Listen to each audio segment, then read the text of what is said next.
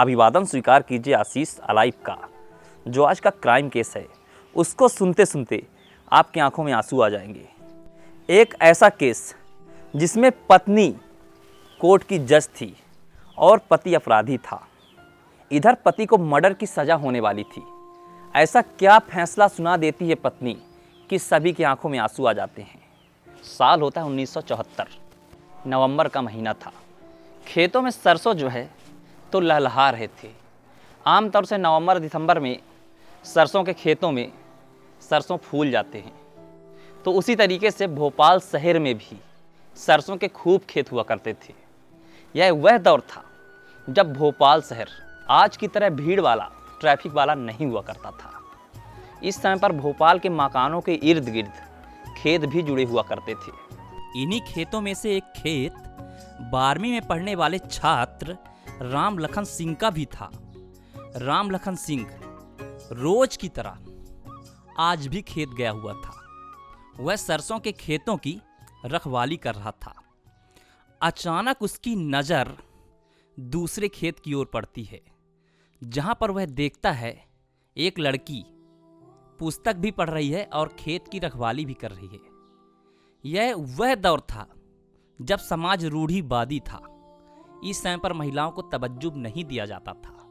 महिलाओं को पढ़ने के लिए रोका जाता था।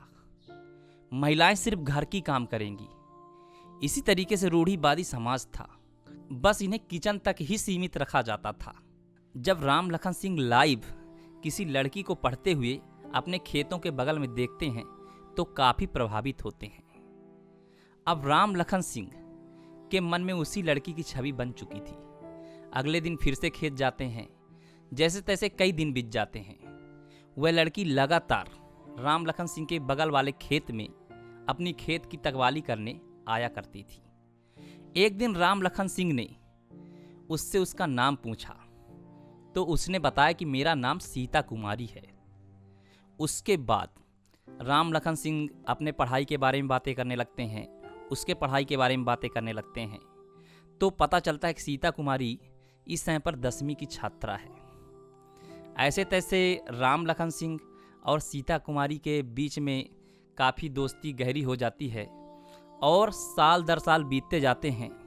अब राम लखन सिंह कॉलेज के छात्र बन चुके थे। वहीं सीता कुमारी भी अब 12वीं पास कर चुकी थी। अब दौर होता है 1978 का दशक, जब राम लखन सिंह के परिवार को और सीता कुमारी के परिवार को पता चल चुका था कि यह दोनों दोस्त हैं। तो दोनों परिवार डिसाइड करते हैं कि इस दोस्ती को रिश्तेदारी में क्यों ना बदल दिया जाए। और 1978 में ही राम लखन और सीता कुमारी शादी के बंधन में बंध जाते हैं। जैसे तैसे साल दर साल बीतता है और अब समय आता है 1980 का दशक। राम लखन सिंह भोपाल की एक सरकारी दफ्तर में क्लर्क की नौकरी कर लेते हैं। इधर घर में ही सीता कुमारी कानून की पढ़ाई करती है। उसका सपना था कि मुझे जज बनना है। तो राम लखन सिंह उसके लगन को देखते हुए कहते हैं कि भोपाल में तुम्हारी तैयारी ठीक से नहीं हो पाएगी, इसलिए उसे कुछ साल के लिए दिल्ली भेज देते हैं। अब इधर सीता कुमारी दिल्ली में कानून की पढ़ाई करना प्रारंभ कर देती है। इधर राम लखन सिंह लगातार अपने दफ्तर में ध्यान देना प्रारंभ कर देते हैं। साल बीतता है, दर साल बीतता है। ऐसे तैसे अब 1984 का दशक आ जाता है।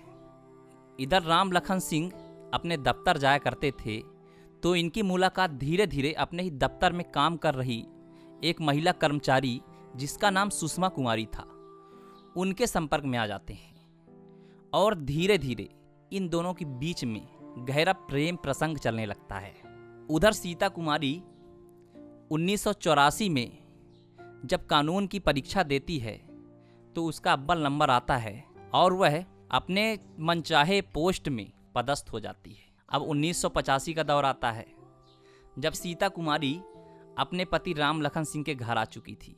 यहाँ पर जो मैं कुमारी कुमारी शब्द का इस्तेमाल कर रहा हूँ, 1980-1990 के दशक में कुमार और कुमारी शब्दों का काफ़ी प्रचलन था। इसीलिए यहाँ पर सुषमा कुमारी और सीता कुमारी जैसे नाम के जिक्र भी हो रहे हैं। तो एक दिन सीता कुमारी को पता चलता है कि जो हमारे प्रियवर पति हैं राम लखन सिंह, उनका सुषमा कुमारी से प्रेम प्रसंग चल रहा है। तो इस सदमे को वह बर्दाश्त नहीं कर पाती और अपने पति से अलग रहने का फैसला करती हैं। भोपाल में ही दूसरे जगह पर किराए से मकान लेती हैं और वहाँ पर रहना प्रारंभ कर देती हैं। इधर एक दिन सुषमा कुमारी का अचानक मर्डर हो जाता है। यह मर्डर कैसे हुआ किसी को पता नहीं था, लेकिन दफ्तर में सभी को पता था कि सुषमा कुमारी और राम लखन का प्रेम प्रसंग चल रहा था। इसलिए पूरा शक और पूरा क्लेम राम लखन सिंह की ओर आ जाता है। अब इधर इत्तेफाक देखिए, जिस कोर्ट में सीता कुमारी पदस्थ थी उसी कोर्ट में राम लखन सिंह की सुनवाई थी। जज के रूप में सीता कुमारी और मुजरिम के रूप में राम लखन सिंह कटघरे पर खड़े हुए थे। उनसे आखिरी में सवाल पूछा जाता है कि सारे सबूत तुम्हारे विरुद्ध हैं, तुम कुछ कहना चाहोगे? तब राम लखन सिंह की आंखों में आंसू आ जाते हैं। वह रोने लगते हैं और कहते हैं सीता कुमारी की ओर देखकर कि मैंने कोई गुनाह नहीं किया है, मेरी कोई गलती नहीं है, मुझे गलत मर्डर केस में फंसाया गया है। तो जब सीता कुमारी यह चीज़ को देखती हैं तो आखिर सामने उनके पति ही रो रहे थे।